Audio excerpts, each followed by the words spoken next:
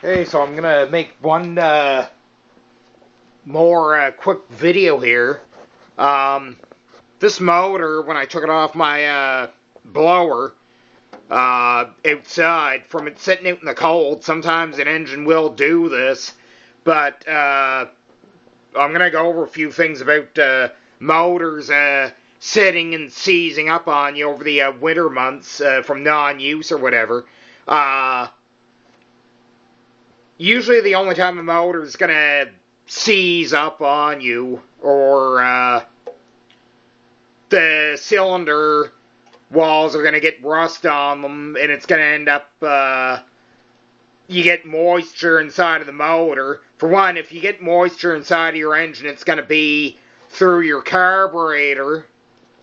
Either that or a leaking head gasket, which means you're going to have loose bolts that aren't torqued to whatever they're supposed to be torqued at from the factory on some of these motors.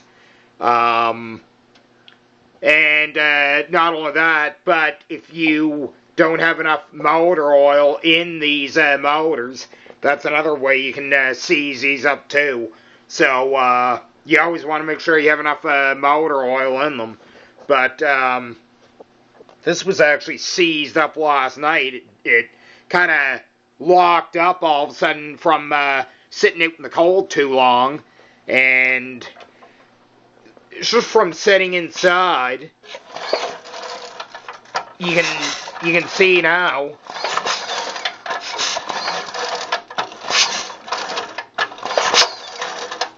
It turns right over, so there's nothing wrong with this motor here at all. So once I have the carburetor on all cleaned up, it'll be all ready to go. But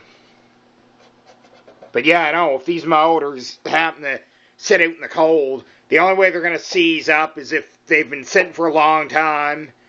Your spark plug, if that's loose, so you want to make sure that's in there snug. You don't want to over tighten it, but make sure it's snug, because you can get water if you're sitting outside in the cold with a loose spark plug and you don't have a snowblower cover on them. It doesn't matter, even if you do have a cover on it, you can still get water and snow that could go down in there, and that comes into contact with your cylinder walls, and it'll cause rust, and that'll seize your engine up too. I've heard tell of people putting diesel fuel inside of a motor if it's seized up or whatever. But actually, the way I unseized the motor one time with seized pistons inside of the motor was to actually take a drill and drill through the top part of the piston and break the piston all apart in order to break it away from the cylinder walls in order to unseize the motor. But the only thing is, you're going to end up replacing the cylinder barrel, unless you want to spend the money of getting it rebored and rehoned, because you want it to be perfectly smooth and clean. But the same thing can happen with these, but it's like I said, if it's sitting for a long period of time and you don't have enough oil in them, and they sit and they weather seize, and the only way they're going to weather seize, it's going to be if you have a leaking gasket, even where the carburetor hooks onto the motor. If it's leaking around there and any water or moisture can get in there and work its way into the cylinder, or a loose spark plug, loose cylinder head bolts. A lot of the stuff that I'm talking about, it can actually happen. I mean, even with a car motor from sitting, it could be the same thing with a car motor, any kind of four-cycle engine at all. But aside from that, this here turns over, as you can see. So I'm gonna make sure, I've already checked it already, it's getting fire, and I already drained the carburetor float bowl already. I'm going to take the carburetor off, clean this all up, and aside from that, it should be all good to go back on the blower there. I thought this was actually a 10 or an 11 horsepower, but looking at the motor, yeah, it's only Briggs & Stratton 8 horsepower. Same with some of the other snow blowers that I have. Those are also, they're Tecumseh 8 horsepower, but either way, the thing about these motors here, they actually did use these for different applications. So there's a horizontal shaft for a snow blower, and there's vertical shaft, meaning it was tilted sideways, and this was pointing down. That way you have two belts, one for your transmission and one for your mowing deck. But either way, as you can tell, the engine's in perfect shape. It's not seized up, so the next video I make, hopefully this will be up and running. And as you can see, I've already got the gas tank removed. I'm going to clean that all out, because the gas tank, if you have any dirt in there, depending on how long it's been sitting for, I've never had this running since I got the blower, but either way, depending on how long they're sitting for, you can end up with anything at all that go inside of the gas tank. And I did notice one of the lines on this had some, I think there was some dirt, little pieces of dirt that were inside of the line, because when the gas drained out, there was some dirt inside of the gas line on that. And right now,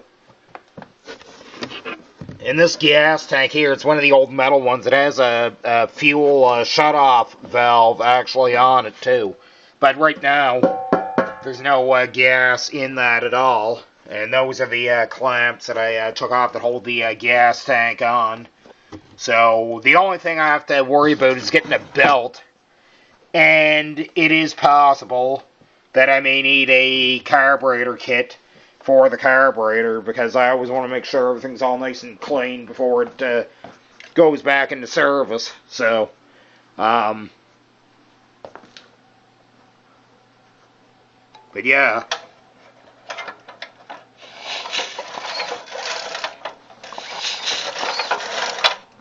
That ain't seized up at all. So, usually the only time that'll happen is if they're sitting out in the cold. And another way water or moisture can get into your cylinder too is through the muffler.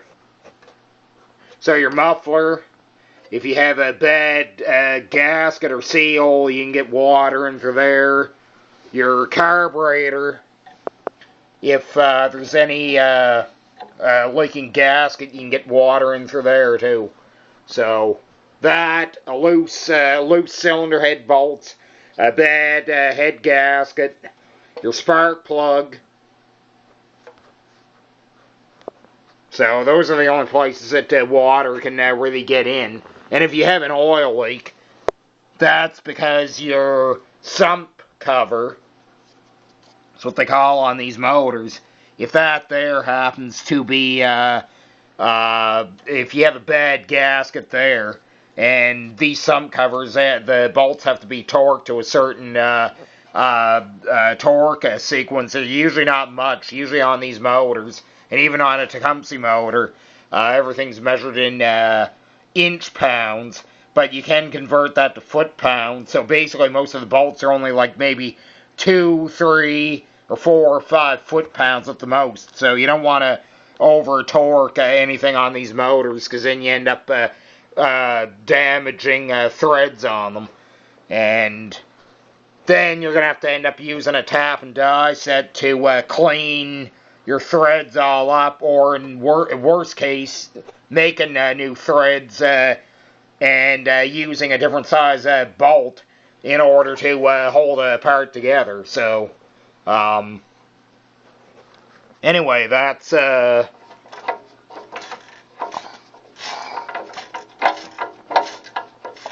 That's that.